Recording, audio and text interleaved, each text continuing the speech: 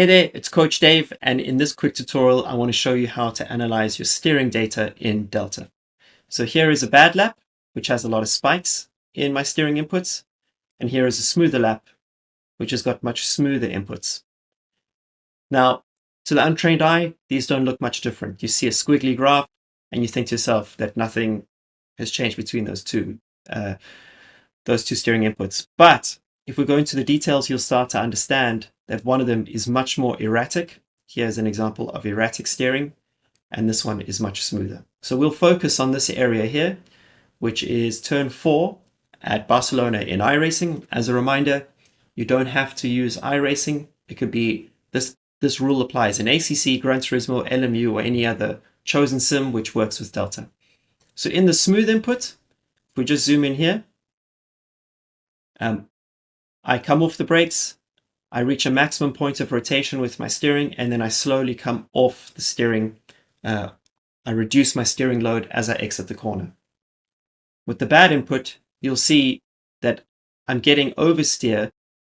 You can tell this by the counter movement of the steering data as I'm exiting the corner, most likely related to bad throttle inputs. So every time I stab the throttle, the car is moving around on the exit and I'm getting oversteer. We know that we're getting oversteer because what should be happening here is this steering input should be going down like that, if you can follow my mouse, and then back up.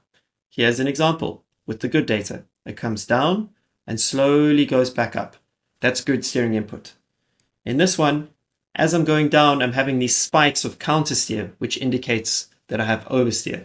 But in this scenario, the oversteer is not created by the setup, but rather from my driving.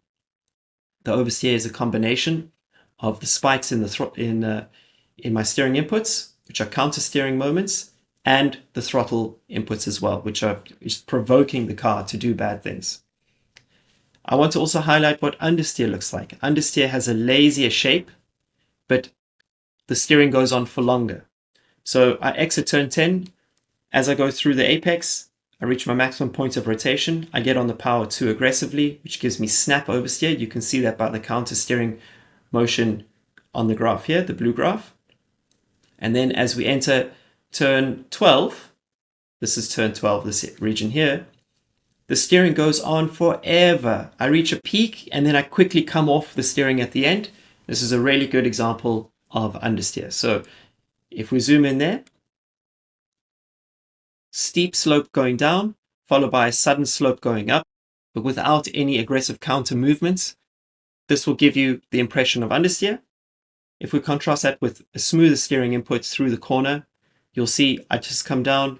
I have a much shallower maximum input, followed by smooth, sloping return to 0% steering on the exit. That's more neutral steering. Contrast it again. Here, it goes very deep, and then a spike towards the end that says big understeer into quickly opening the steering at the exit. Oftentimes, understeer can lead to oversteer, so also look out for these sharp or these very deep movements in the steering followed by a snap, which is similar to the shape that you have here.